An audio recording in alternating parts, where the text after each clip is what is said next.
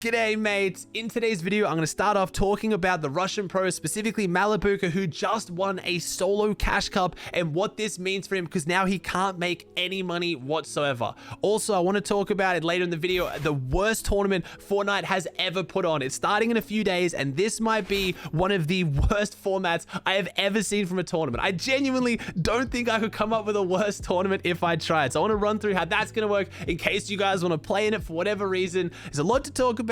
Let's just jump into it.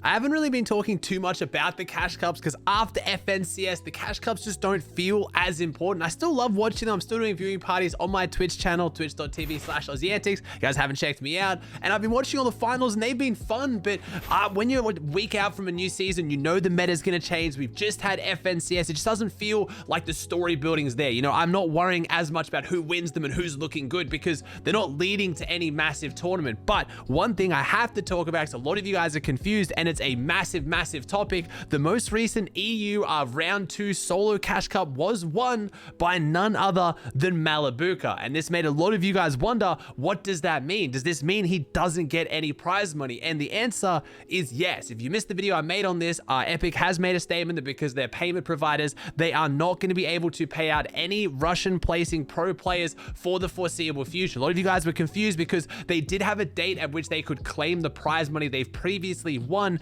and you guys saw that he won this tournament before that date. That does not count. Any tournament from when I made that video, which I believe was on the 14th, I think it was like the 11th, any money now won, they will not be getting. And at the same time, it does not roll down. Z Andy, who came in second by a single point, does not get that extra money. Epic just holds on to it. And again, a lot of people think like that's not fair, but it's too hard to figure out what's happening with rolling the money down or putting it into another tournament. But the main reason this video is not to just, you know, make Epic look bad, because again, it's not their fault. I wanted to talk about and use the opportunity to potentially, hopefully, get some love for MALIBUCA. Right now, he is still streaming and placing in tournaments and playing them and trying his hardest and winning them when he wins absolutely nothing. You might be thinking, oh, Aussie, but he's making YouTube videos on it. He's streaming it. That's how he's going to make some money despite placing. No, YouTube and Twitch are both US owned entities. As far as I am aware, they are also unable to pay out Russian citizens or members. So right now, MALIBUCA is currently playing and competing in Fortnite and winning tournaments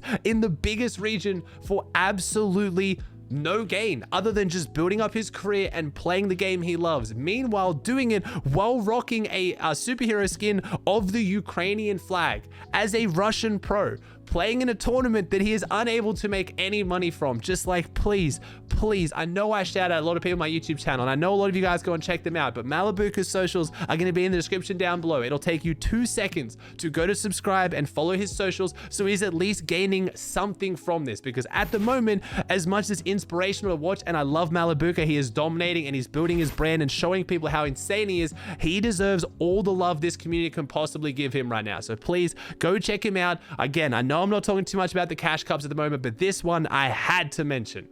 I wanted to talk about these lightning cups that I've already talked about. They're 2 events that we have taking place today as of this video going live on the 15th and on the 17th. Now, there's 2 different formats. We've already discussed what this might be, but I'll talk about it again in case you missed the video. They're cups that are seen to be added to the game to test new formats that could be going to competitive, and it's a decent way to do it. You know, try it out as a fun tournament, gives people something else to compete in. It's the end of the season, not much is going on, but 2 main issues with this. Firstly, there is no prize pool, so I don't really understand how it's going to test something for competitive if there's no prize pool, because people are going to play completely differently. But one of the formats in particular is one of, if not the worst formats I have ever seen for a tournament. We've had some pretty bad tournaments in Fortnite, so let's start off with the best of one. This one doesn't freak me out too much. That's the one taking place today. It's a duos tournament. It is the best of. It's going to take your best 5 games out of 7 played in 2 hours. And the best of theory we've already talked about. Epic look like they might be adding the best of series to cash cups to try to combat some issues of people late queuing, dropping really massive first games, but then not getting into their last game, and issues about queues not popping in.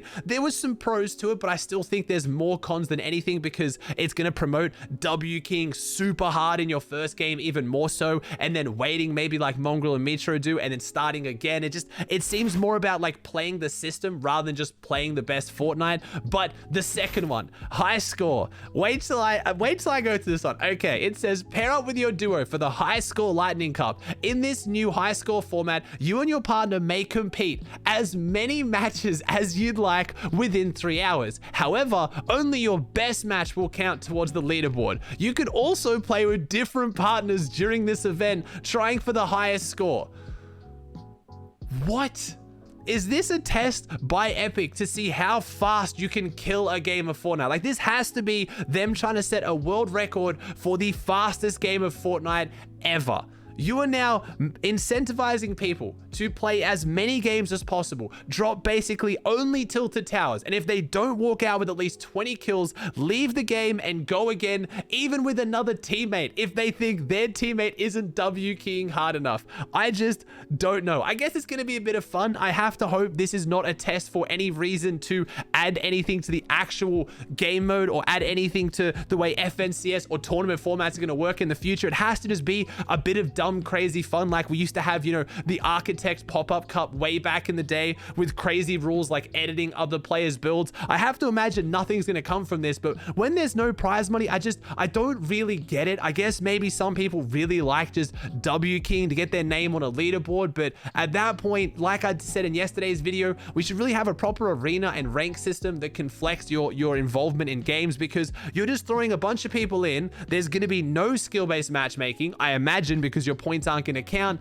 But if you stay with the same team, are you going to gain points each time you play, but only your best game is going to count? Because then that's going to incentivize you to split up with your teammate each time, so you go back into the bot lobbies and don't get skill-based matchmaking. You can see where I'm coming from, right? There's just a lot of issues with how this format is supposed to work, and I don't get even the person who wins what they really gain from it. I guess it's a bit of a flex on a leaderboard, but there is no prize money. The format's a bit interesting. Top 25, you start getting a point at top 25, you get a victory royale, gets you 3, you get each elimination is worth 1, so it's a normal format as far as how the points are distributed. I really don't get what Epic's going for with these tournaments, but I wanted to let you guys know that they're on and how to play in them. If you want to do the high score game, I imagine you're going to want to switch teammates after every game to reset your skill-based matchmaking. If you don't leave tilted with at least 20 to 30 kills, then just leave the game and go again.